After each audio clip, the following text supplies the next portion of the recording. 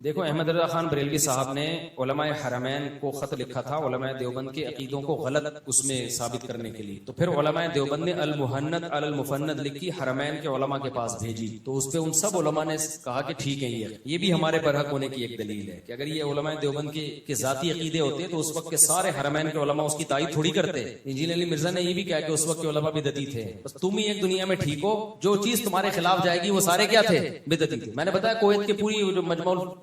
جو کویت کا ہے وہ اس کا نام میرے ذہن سے نکل گیا، پوری علماء کی کمیٹی ہے کویت کا، اس لیے نام لے رہا ہوں کہ وہ تو میں نے سرچنگ میں آ گیا نا، ورنہ تو جامع ازہر میں آپ جائیں گے وہاں بھی آپ کو یہ ملے گا، تو کہیں بھی جائیں گے دنیا میں یہ تو انجینئر نے بیٹھ کے، اور اگر کوئی عقیدہ نہیں بھی رکھتا جیسے سعودی عرب کے بعض سلفی ہیں ان کا یہ عقیدہ نہیں ہے وہ بھی ٹھیک ہے، اس کو تو انجینئر نے ایشو بنایا ہے، سمجھتے ہو کہ نہیں سمجھتے؟ ہماری نظر میں بنیادی عقیدوں میں سے نہیں ہے۔ تو باقی احمد رضا خان بریلوی صاحب نے یہ لکھا تھا تو پھر المحند المفند انہوں نے جواب لکھی اور اس کی علماء حرمین نے تائید کی تھی۔ تو انجینئر علی مرزا پتہ ہے کیا ڈرامے کرتا ہے کہ ایک نے ان کے خلاف لکھا، انہوں نے ان کے خلاف لکھا، دونوں مولوی لڑ رہے ہیں آپس میں، تو تم بھی تو لڑ ہی رہے ہو، تم دونوں سے لڑ رہے ہو، تم نے لڑائی ختم تھوڑی کی ہے۔ یا تو آپ چپ رہتے، جیسے ہم نے یہ واقعہ ہوا تو اب چپ ہے نا ہم، اب یہ تھوڑی ہم ہر تھوڑے دن میں اس واقعے کو اچھالیں گے کہ احمد رضا خان بریلوی صاحب نے یہ کیا، بھائی جو کرنا تھا اس کا جواب ہو گیا، یہ قصہ کیا ہو گیا؟ ختم۔ اب وہ لڑائی کیا ہو گئی؟ ختم۔ اب اس کو جو اٹھا رہا ہے وہ غلط کر رہا ہے۔ اب انجینئر نے کیا کیا؟ دوبارہ سے اس لڑائی کو اٹھایا، یہ یوں بولتے ہیں وہ اس کے خلاف یوں بولتے ہیں۔ یا تو آپ لڑائی کو ختم کرنے کا طریقہ ہے ٹاپک ختم کر دو، اور اگر آپ نے ٹاپک ختم نہیں کرنا تو پھر یہ نہ بولو دونوں لڑ رہے لہذا دونوں غلط ہیں، پھر آپ تحقیق کر کے بتاؤ کہ ان میں صحیح کون تھا اور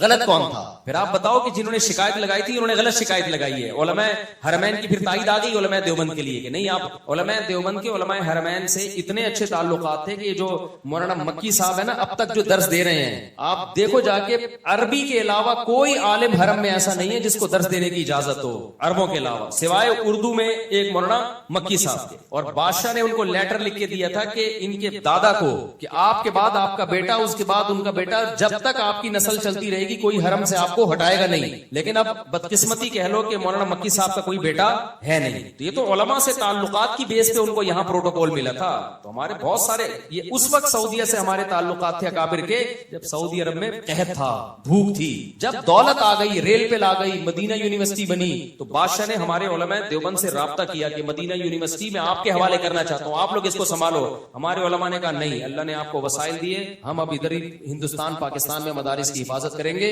یہ آپ ہی چلاؤ اس کو۔ تو اس کے بعد پھر کیا ہوا؟ جب علماء دیوبند کا انفلوئنس ختم ہوا تو پھر دوسرے لوگوں کا انفلوئنس اس میں بڑھ گیا، پھر انہوں نے یہ پروپیگنڈا شروع کر دیا کہ یہ عرب جو ہیں علماء دیوبند کے خلاف ہیں، اور ان کے علماء دیوبند کے خلاف کتاب بھی چھپی تھی دیوبندیہ کے نام سے، اس میں بھی بڑی غلط بیانی کی گئی۔ جب وہ کتاب چھپی ہے اس میں سعودیہ کے علماء کے دستخط تھے کہ علماء دیوبند کے عقائد غلط ہیں، پھر یہاں جامعہ فاروقیہ کے ایک عالم نے اس کا جواب لکھا، جب وہ جواب سعودی عرب گیا ہے تو اب وہ دیوبندیہ چھپنا بند ہو گئی ہے، اب وہ بین ہو گئی سعودی عرب میں۔ سمجھتے ہو کہ نہیں سمجھتے؟ تو پروپیگنڈا پہلے بھی ہوا تھا، اور عرب علماء کے سامنے بہت پروپیگنڈا ہوتا ہے۔ یہ جو تبلیغی جماعت میں نکلنے کو ناجائز قرار دیا تھا، شیخ صالح المنجد تھے غالباً، بہت بڑے سعودی عرب کے عالم ہیں، انہوں نے فتویٰ دیا کہ سعودی عرب تبلیغی جماعت میں نکلنا حرام ہے۔ میں نے ان کا فتویٰ پڑھا، اس میں انہوں نے وجہ لکھی کہ یہ لوگ قبر پرست ہیں۔ مجھے خیال ہوا کہ میں جانتا ہوں چونکہ وہ عالم نیک ہیں، مجھے پتا تھا یہ بدنیت نہیں ہے، مجھے یقین ہو گیا کہ کتنا غلط پروپیگنڈا کیا ان کے سامنے۔ تبلیغی جماعت کا قبر پرستی سے کیا تعلق؟ مجھے خیال تھا کہ میں ان کی خدمت میں جاؤں، میں کہوں حضرت آپ کبھی تبلیغ میں سروزہ لگا کے دیکھیں، جتنا تبلیغ والے قبر پرستی کے خلاف ہیں، لیکن ظاہر ہے ان کو پروپیگنڈا تو چل جاتا ہے نا، اتنا پروپیگنڈا کیا ہے کہ انہوں نے فتویٰ دے دی قبر پرست ہے، کچھ اور الزام لگا دیتے یار، قبر پرستی کا تو کسی طرح بنتا ہی نہیں ہے۔ تو سعودی عرب کے بڑے بڑے علماء، شیخ الحدیث مولانا زکریا رحمۃ اللہ علیہ کے شیخ بن باز سے بہت اچھے تعلقات تھے، جب شیخ الحدیث مولانا زکریا رحمۃ اللہ علیہ نے کتاب لکھی ہے نا داڑھی پر، تو شیخ بن باز نے اس کتاب کو چھپوا کے پورے سعودی عرب میں پھیلایا۔ بذل المجہود جو شیخ الحدیث کی شرح ہے ابو داؤد کی، آج بھی سعودی عرب کی کتب خانوں میں آپ کو ملے گی۔ تو علماء سعودیہ کے جو ہے وہ ویسے بھی حنبلی ہیں، وہ کوئی غیر مقلد تھوڑی ہے یا اہل حدیث تھوڑی ہے، تو حنبلی ہیں ویسے بھی، تو لیکن ہم اہل حدیث کو بھی گمراہ نہیں سمجھتے، اس کی میں کئی بار ڈیٹیل بتا چکا ہوں کہ اہل حدیث کے بارے میں ہمارا موقف کیا ہے، لیکن اتنی بات ضرور ہے کہ علماء دیوبند کے خلاف پروپیگنڈا بہت ہوا ہے، کہ جو کام کر رہا ہوتا ہے نا، قادیانیت کے خلاف کام ہم نے کیا، یہاں پہ پرویزی فرقے کے خلاف کام ہم نے کیا، دفاع صحابہ میں ہم نے کام کیا، سارے میدانوں میں کام آپ کو سب سے زیادہ، میں دوسروں کی نفی نہیں کر رہا، لیکن ہر میدان میں آپ کو صف اول میں کون ملے گا؟ پوری دنیا میں چلے جاؤ یار، مدارس کا جال بچھا ہوا ہے، سب کے تانے بانے کہاں جا کے ملتے ہیں؟ علماء دیوبند۔ تو فرنٹ لائن پر آپ کو بہت جگہوں پہ نظر آئیں گے، دوسرے بھی کام کر رہے ہیں، ان کی نفی نہیں کر رہا میں، لیکن پروپیگنڈا ہمارے خلاف بہت ہوا۔ ایک سعودی مجھ سے ملے، عالم تھے، سعودی عالم تھے، انہوں نے کہنے لگے آپ لوگ کے عقیدے قرآن و سنت کے خلاف ہیں، آپ دیوبندی ہو۔ میں نے کہا کیا خلاف؟ تو میں نے کہا پوچھو کیا خلاف ہے؟ ہیں, کوئی ایک تو بتاؤ نا. تو مجھ سے عقیدے پوچھتے کہ میں جواب دیتا کہ کہہ رہے ہیں تو صحیح ہے بالکل. کہہ رہے ہیں پھر کون سے والے علماء کے عقیدے خلاف؟ میں نے کہا کسی کے بھی, سب کے یہی ہیں, سب کے یہی ہیں. کتابوں کی دنیا اور ہوتی ہے بھائی, مشاہدے کی دنیا. اور سعودی عرب میں جو انقلاب آیا محمد ابن عبد الوہاب, جن کی وجہ سے دنیا ان کو وہابی کہتی ہے نا, محمدی تو کہہ نہیں سکتی تھی تو ابا کے کھاتے میں ڈال کے وہابی کہنا شروع کر دیا. محمد ابن عبد الوہاب جو ہے, جن کو سارے عرب فالو کرتے ہیں, ان کے جو بیٹے ہیں نا انہوں نے اپنے والد کے عقائد بیان کیے ہیں. اس میں صاف طور پر لکھا ہے کہ ہم فقہ حنبلی کو فالو کرتے ہیں اور ہم نے پانچواں کوئی مسلک نہیں نکالا. اور محمد ابن عبد الوہاب, میرے پاس یہ سارے تحریر ثبوت کے ساتھ موجود ہیں, چونکہ یہ سوال تو اچانک آ گیا نا تو ان کے حوالوں کے ساتھ موجود ہیں. ان سے کسی نے سوال پوچھا محمد ابن عبد الوہاب سے حرم میں کہ کیا آپ نے کوئی پانچواں مسلک نکالا ہے؟ انہوں نے جواب دیا کہ ہم نے کوئی پانچواں مسلک نہیں نکالا. اہل سنت والجماعت کے جو 4 مکاتب فکر ہیں, حنفی, مالکی, شافعی, حنبلی, ہم انہی کو فالو کرتے ہیں. آئی بات سمجھ میں؟ اور اس میں ہم فقہ حنبلی کو فالو کرتے ہیں اور ہم ان تینوں کو, چاروں کو برحق سمجھتے ہیں. یہاں تک کہ ان کے جو بیٹے ہیں نا محمد عبد الوہاب کے, ان کے فتاوی میں یہ بات لکھی ہے, انہوں نے کہا کہ ہم ابن تیمیہ رحمہ اللہ تعالیٰ کو مقتدا اور رہبر سمجھتے ہیں, مگر ابن تیمیہ نے چاروں مذاہب کے خلاف اگر کوئی فتویٰ دیا ہے تو ہم اس میں ابن تیمیہ کو فالو نہیں کرتے. اس میں انہوں نے یہ بات بھی لکھی ہے کہ 3 طلاق کا مسئلہ چونکہ چاروں فقہا کے خلاف ہے ابن تیمیہ کا, اس مسئلے میں ہم نے ابن تیمیہ کی رائے کو مسترد کر دیا ہے. تو محمد بن عبد الوہاب وہ بھی حنبلی تھے, ان کے بیٹے نے تو باقاعدہ کتاب لکھی ہے کہ جو چاروں مذاہب میں سے کسی ایک کی تقلید کرتا ہے, تقلید کے الفاظ ہیں, ہم اس پر رد نہیں کرتے اور ہم فقہ حنبلی کو فالو کرتے ہیں. ابن تیمیہ رحمہ اللہ کو عرب لوگ بہت زیادہ مانتے ہیں تو انہوں نے کہا ابن تیمیہ کے فالوورز ہیں, لیکن ابن تیمیہ رحمہ اللہ نے چاروں فقہ کے خلاف اگر کوئی بات کی ہے تو ہم اس میں ابن تیمیہ کے قول کو رد کر دیتے ہیں. انہوں نے 3 طلاق کی مثال بھی دی ہے. سمجھ رہے ہیں کہ نہیں سمجھ رہے؟ یہ آسٹریلیا سے ہمارے ایک دوست کا فون آیا کہ یہاں آسٹریلیا کے مسلمان, بعض مسلمان حکومت کے قانون کو فالو نہیں کر رہے ہیں, مسجدوں کو میں رش لگا رہے ہیں اور کراؤڈ جو ہے نا کر رہے ہیں, اور وہ کہہ رہے ہیں ہم نہیں مانتے گورنمنٹ کی بات. وہ اتنے پریشان تھے وہ جنہوں نے مجھے فون کیا, وہ کہہ رہے ہیں یار گورنمنٹ سے کوئی ہمیں امید نہیں ہے, ایسا نہ ہو کہ جب وائرس کی وبا ختم ہو تو یہ حکومت یہاں مسلمانوں کے ہر قسم کے اجتماع پر پابندی لگا دے, مسجدوں کو ہمیشہ کے لیے نہ بند کر دے کہ یار یہ لوگ جو ہے نا ہمارے جو ہے نا قانون کی کو فالو نہیں کرتے اور قانون شکنی کرتے ہیں. مجھے انہوں نے کہا مفتی صاحب اللہ کا واسطہ, اللہ تعالیٰ حضرت مولانا مکی صاحب کو جزائے خیر عطا فرمائے, انہوں نے حرم سے ایک آڈیو ریکارڈ کر کے ہندوستان کے علماء کے پاس بھیجی کہ بھائی دیکھیں آپ لوگ حکومت کے قانون کو فالو کریں, اور الحمدللہ کر رہے ہیں. وہ اگر آپ نے فالو نہیں کیا تو یہ گورنمنٹ کو ایک موقع مل جائے گا کل مسلمانوں کے خلاف پروپیگنڈا کرنے کا, ہندوؤں کو موقع مل جائے گا مسلمانوں کے خلاف پروپیگنڈا کرنے کا. مسجد اگر ابھی عارضی طور پر بند ہو رہی ہے کل کھل جائے گی, لیکن اگر آپ نے آج حکومت کے قانون کو فالو نہیں کیا تو یہ جو اسلام دشمن قوتیں ہیں ان کو ایک بہت زبردست موقع ملے گا. یہ تو دیندار لوگوں کی بات میں جو رائے کو پہاڑ بنا کے پیش کرتے ہیں. آپ دیکھیں تبلیغی جماعت میں چند لوگوں کو وائرس ہوا ہے, لیکن میڈیا نے کتنا بدنام کیا تبلیغی جماعت کو. ان کو تو موقع چاہیے, تو آپ کیوں ان کو موقع فراہم کر رہے ہیں؟ حضرت مولانا مکی صاحب نے ایک آڈیو بھیجی اور الحمدللہ وہاں کے لوگ پہلے بھی صحیح حکومت کے قانون کو فالو کر رہے ہیں, تو اس سے اور تقویت ملی. تو یہ سمجھدار علماء کی نشانی ہوتی ہے کہ وہ گراؤنڈ ریئلٹی کو دیکھ کر آپ کو بتاتے ہیں کہ کیا جذبات سے کام نہیں ہوتا. یہ جو میں حروف مقطعات کی بات کر رہا تھا, الف لام میم, الف لام میم صاد, تو اس میں ایک حکمت علماء یہ بیان کرتے ہیں کہ ایک حکمت یہ ہے کہ ہماری سمجھ میں یہ آ جائے کہ جتنا اللہ نے بتا دیا اتنا ہمیں معلوم ہے, بہت سی چیزیں ہمیں معلوم نہیں ہے. نمبر 2, اللہ یہ بھی دیکھنا چاہتا ہے کہ کون ایسا ہے کہ جس چیز کی تحقیق سے اللہ نے منع کر دیا وہ رک بھی جائے گا, کیونکہ بہت ساری چیزیں ایسی ہیں کہ ان کی تحقیق کے ہم اہل ہی نہیں ہیں, ہمارے اندر وہ صلاحیت ہی نہیں ہے, کیونکہ ہمارے پاس وہ آلات اور ذرائع ہے ہی نہیں کہ ہم وہاں تک پہنچ سکیں. جیسے روح, اب جو لبرل لوگ ہیں نا وہ روح کا انکار کرتے ہیں کہ روح کیا ہوتی ہے, کہتے ہیں روح کیا ہے, یہ تو کوئی لیبارٹری میں روح نام کی کوئی چیز تو ہے ہی نہیں. تو یہ کنفیوژن لوگوں کو شروع سے ہے. تمام پیغمبروں نے ہمیں بتایا کہ انسانی جسم میں روح ہوتی ہے, اور ہم جب مرتے ہیں تو روح نہیں مرتی, روح جسم سے نکل جاتی ہے. ابھی ہمیشہ سے پہلے زمانے میں بھی حکیم ہوتے تھے نا, ان کی بھی تحقیقات ہوتی تھی, تو ہمیشہ سے یہ اعتراض پیغمبروں پر کیا یہ روح کی ڈیفینیشن کیا ہے. تو اللہ نے قرآن میں بتایا وَيَسْأَلُونَكَ عَنِ الرُّوحِ, کہ یہ لوگ آپ سے روح کے بارے میں پوچھتے ہیں. قُلِ الرُّوحُ مِنْ أَمْرِ رَبِّي, ان سے کہہ دیں روح کیا ہے یہ تو ہم نہیں تمہیں بتائیں گے, کیونکہ تمہارے دماغ میں روح کو سمجھنے کی صلاحیت ہے ہی نہیں. یہ بتا دیتے ہیں کس کی طرف سے ہے. من امری ربی, رب کا ایک حکم ہے, جب وہ باڈی میں ہوتی ہے تو زندہ ہوگی, جب باڈی سے نکلتی ہے بالکل وہی اسٹرکچر ہے, لیکن نہ دیکھتا ہے, نہ سنتا ہے, نہ بولتا ہے, نہ چلتا ہے, کسی کام کا نہیں ہے. اور آگے اللہ نے بتا دیا کہ جواب تمہاری سمجھ میں نہیں آیا، ہمیں پتہ ہے نہیں آیا، لیکن ہم اس اشکال کا جواب دے دیتے ہیں کہ ہم نے ایسا جواب دیا جو تمہاری سمجھ میں نہیں آیا۔ وجہ اس کی یہ نہیں ہے کہ ہمارا جواب غلط ہے، وجہ اس کی ہے کہ تمہاری صلاحیتیں محدود ہیں۔ وما اوتیتم من العلم الا قلیلا،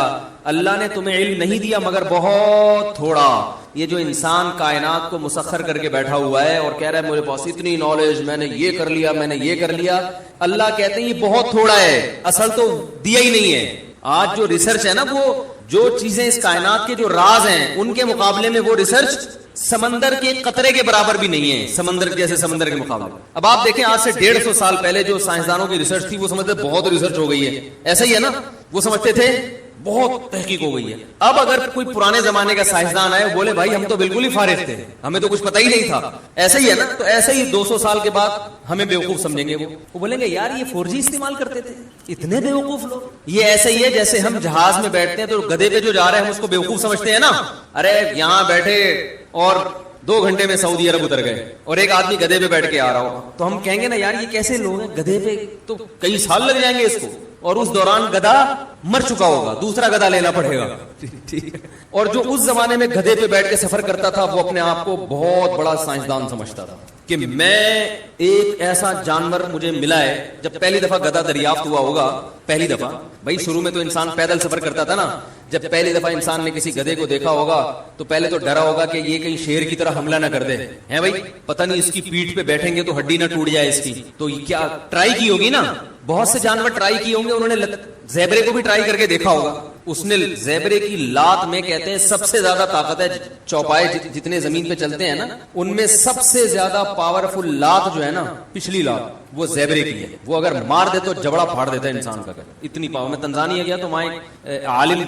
عالم تھے انڈیا کے، وہ عالم ہونے کے ساتھ ساتھ انہوں نے کچھ PhD وغیرہ کیا ہوا تھا جانوروں میں، یعنی علم دین بھی تھا اور دنیا کا بھی کافی علم تھا ان کے پاس، وہ جانوروں کے بارے میں کافی معلومات تھے، تو میں نے ان کو پکڑ لیا، میں نے کہا مجھے ذرا زیبرے کے بارے میں رپورٹ پیش کریں ذرا، تو انہوں نے زیبرے کے بارے میں عجیب عجیب باتیں بتائیں، اس میں ایک یہ بات بھی کہ اس کی جو پچھلی لات ہے نا، یعنی اگر شکار بھی آپ نے کیا، گن سے اس کو مارا ہے، قریب گئے ذبح کرنے کے لیے تو لات سے دور رہے آپ، یہ لات ایسی مارتا ہے کہ پھر زیبرا کھڑا ہوا ہوگا، آپ لیٹے ہوئے ہوں گے، لوگ آپ کو حلال کرنے کا سوچ رہے ہوں گے بھائی اب یہ بچنا تو ہے نہیں تو کھال کسی کام آ جائے۔ خیر تو کیا بات کر رہا تھا یار میں، باتیں ادھر ادھر بہت ہیں۔ ہاں گدھا جب دریافت ہوا ہوگا فرسٹ ٹائم تو اس کے بارے میں بھی تو لوگوں نے، یہ بھی تو ایک ریسرچ تھی نا، تحقیق تھی کہ یار یہ سواری کے قابل ہے یا نہیں، اس سے ہم کیا کام لے سکتے ہیں۔ تو گدھے کے علاوہ بھی کچھ جانوروں کو ٹرائی کیا ہوگا، وہ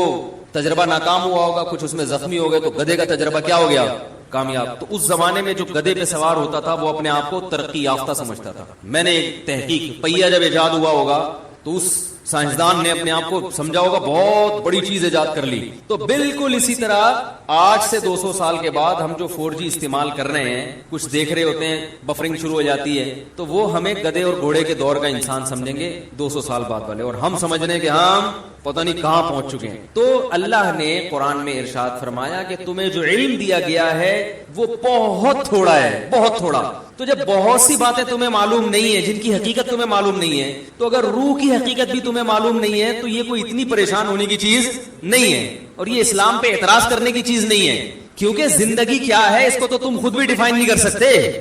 سائنسدان زندگی کو اب تک ڈیفائن نہیں کر سکے، حیات ہے کیا وہ خود نہیں ڈیفائن کر سکے، یہ کیا ہے کہ ہم دیکھتے ہیں، سنتے ہیں، خود سے دیکھ رہے ہیں، خود سے سن رہے ہیں، بول رہے ہیں، یہ کیا ہوتا ہے، یہ خود بھی پوری طرح، کچھ تو تعریفیں ہیں لیکن پوری طرح نہیں ڈیفائن کر سکے اب تک۔ تو ہمیں شریعت نے بتایا کہ ایک روح ہے جو ہلکی ہے، جس کا جسم نہیں ہے، وہ باقاعدہ باڈی سے نکلتی ہے، روح کی بات چل رہی تھی، روح کی۔ تو اسی طرح روح کی حقیقت کیا ہے یہ ہمیں معلوم نہیں ہے، لیکن ایک ہے، اس کا جسم نہیں ہے، وہ ہلکی چیز ہے، وہ سیکنڈوں میں سفر کرتی ہے، تو وہ ہمارے جسم سے نکلتی ہے۔ نیک لوگوں کی روحیں فرشتے نکالتے ہیں، برے لوگوں کی روحیں وہ عذاب والے فرشتے نکالتے ہیں۔ والنازعات غرقا والناشطات نشطا والسابحات سبحا، قرآن میں ہے نا، قسم ان فرشتوں کی جو روح کو سختی کے ساتھ نکالتے ہیں۔ والناشطات نشطا، قسم ان فرشتوں کی جو روح اور جسم کا بندھن صرف کھولتے ہیں، یعنی روح تو نکلنے کے لیے تیار ہوتی ہے۔ جب وہ آخرت کی چیزیں دیکھتا ہے نا انسان مرتے ہوئے، اور جنت کی اور وہ نعمتیں اس کو نظر آتی ہیں، تو روح تڑپتی ہے کہ میں اس جسم سے آزاد ہو جاؤں، لیکن آزاد ہو نہیں ہوتی۔ فرشتے صرف اس روح اور باڈی کا جو ایک گرہ ہے اس کو کیا کرتے ہیں، کھول دیتے ہیں اور وہ آزاد ہو جاتی ہے, خوش ہوتی ہے. اور ایک روح وہ ہوتی ہے کہ وہ جب آخرت کے مناظر دیکھتی ہے تو وہ باڈی میں گھسنے کی کوشش کرتی ہے, تو فرشتے کیا کرتے ہیں, اس کو نزع کرتے ہیں, کھینچتے ہیں. اس کی ایک مثال دی ہے بعض صحابہ نے کہ جیسے مخمل کا کپڑا جھاڑیوں میں پھنس جائے کتنا مشکل ہے اس کو نکالنا, تو ایسے برے آدمی کی روح کو گھسیٹ کے نکالا جاتا ہے. تو بہت لوگوں سے سنا ہے کہ مرنے کے بعد روح 40 دن تک گھر آتی ہے اور زیادہ رونے سے میت کو عذاب دیا جاتا ہے, بار بار قبر پر جانے سے میت اپنی طرف بلاتی ہے. ان باتوں میں سے کون سی درست ہے؟ ایک بات درست ہے, باقی ساری غلط ہیں. حدیث میں آتا ہے ان المیت لیعذب ببکاء اہلہ علیہ, عربی الفاظ ہے کہ میت پر عذاب ہوتا ہے اس کے گھر والوں کے رونے کی وجہ سے. اب سوال پیدا ہوتا ہے چیخو پکار کر کے رو رہے ہیں, عذاب اس بیچارے کو کیوں ہو رہا ہے, یہ تھوڑی رو رہا ہے. تو علماء نے اس کا جواب دیا ہے کہ اس پر لازم تھا, اس کو پتا تھا کہ جب میرے خاندان میں یہ رواج ہے کہ میں مروں گا تو گریبان پھاڑ پھاڑ کے چیخ چیخ کے پورا محلہ سر پہ اٹھایا جائے گا, تو اس نے اس برائی سے ان کو زندگی میں روکا کیوں نہیں. تو گھر کا سربراہ اس برائی کا ذمہ دار ہوتا ہے نا جو گھر میں ہو رہی ہے, اس کو چاہیے تھا وصیت کرتا کہ ہمارے یہ, کیونکہ جن خاندانوں میں رواج ہوتا ہے وہی ایسا کرتے ہیں, جن کے رواج نہیں ہے وہ ایسا نہیں کرتے. جب اس کو پتا تھا کہ میرے مرنے کے بعد ہا ہو چیخو پکار رونے کے مقابلے ہوتے ہیں باقاعدہ, جو نہیں رو رہا وہ سمجھتے ہیں اس کو تو محبت ہی نہیں تھی, لہٰذا جس کو محبت نہیں بھی ہونا وہ بھی دکھانے کے لیے رو رہا ہوتا ہے بہت چیخ چیخ کے. تو صبر کا حکم ہے, رونے کی اجازت ہے, وہ تو محبت کا تقاضا ہے بھائی, لیکن ایسے چیخنا, عورتوں کی آوازیں گھروں سے چیخو پکار کی باہر جانا یہ بہت بڑا گناہ ہے, اس پہ اتنی شدید وعیدیں ہیں, یہ اسلام میں جائز نہیں ہے. تو اس کو پتا تھا میرے خاندان میں یہ رواج ہے, تو نے وصیت کیوں نہیں کی, ان کو روکا کیوں نہیں کہ میرے مرنے کے بعد یہ حرکتیں نہیں ہوں گی. تو ایسی صورت میں اس کو بھی عذاب ہوگا جب کوئی روئے گا, کیونکہ اس گناہ کا ذمہ دار یہ بھی ہے. ان المیت لیعذب ببکاء اہلہ, تو اس کا مطلب یہ ہے کہ جس کو پتا تھا میرے مرنے کے بعد یہ سب کچھ ہوگا لیکن پھر بھی اس نے منع نہیں کیا خاندان والوں کو, تو اس کو پھر تکلیف ہوتی ہے جتنا چیخو پکار ہوتی ہے. اس کو فرشتے مارتے ہیں, بولتے ہیں تیرا کیا کرا ہے, تیری تربیت ہے. لیکن اگر وہ وصیت کر چکا تھا اور ان کو سمجھا کے جا چکا تھا تو پھر قرآن میں صاف پتہ چلتا ہے لا تزر وازرۃ وزر اخرى, کوئی دوسرے کے گناہوں کا بوجھ نہیں اٹھائے گا. پھر ان کے رونے چیخنے سے اس کو کوئی گناہ نہیں ملتا. حدیث میں آتا ہے ایک صحابی کا انتقال ہوا تو دوسرے نے بہت تعریف, مرنے کے بعد ہم تعریفوں کے پول باندھ دیتے ہیں نا, روایت میں یہ جو میں آگے پیش کر رہا ہوں آپ کے سامنے, بہت تعریفیں. تو نبی نے فرمایا قبر میں اس کو فرشتے مارتے تھے اور پوچھتے تھے کہ بتا کیا تو واقعی میں ایسا تھا, یعنی یقیناً تو ایسا نہیں تھا, تو کیوں جھوٹی تعریفیں کروا کے گیا لوگوں سے اپنی. بعض لوگوں کی عادت ہوتی ہے نا کہ وہ اپنی جھوٹی تعریفیں کروا کے اپنے غلط امیج دنیا کے سامنے, جو اچھا امیج ہوتا ہے لیکن وہ جھوٹا ہوتا ہے, تو امیج ایسا بنا کے, یہ لفظ امیج نہیں ہے, مجھے کسی نے بتایا امیج ہے نا, تو میں جو انگلش میں غلطی کیا کروں مجھے بتا دیا کرو میرے بھائی, میں کوئی امریکہ میں تھوڑی پیدا ہوا ہوں. تو ایسا اس کا امیج بنایا ہوا تھا کہ یعنی جو بعض لوگ ایسا اپنا تصور لوگوں کے دماغوں میں بنا کے جاتے ہیں جیسے بہت نیک, تو ایسے میں اگر مرنے کے بعد آپ کی جھوٹی تعریفیں ہو رہی ہیں نا تو اس پہ بھی چترول لگتے ہیں کہ لوگ کہہ رہے ہیں یوں تھا تو تھا گیا, تو ایسا ہے پٹاخ ایک لگے گا, بتا تو ایسا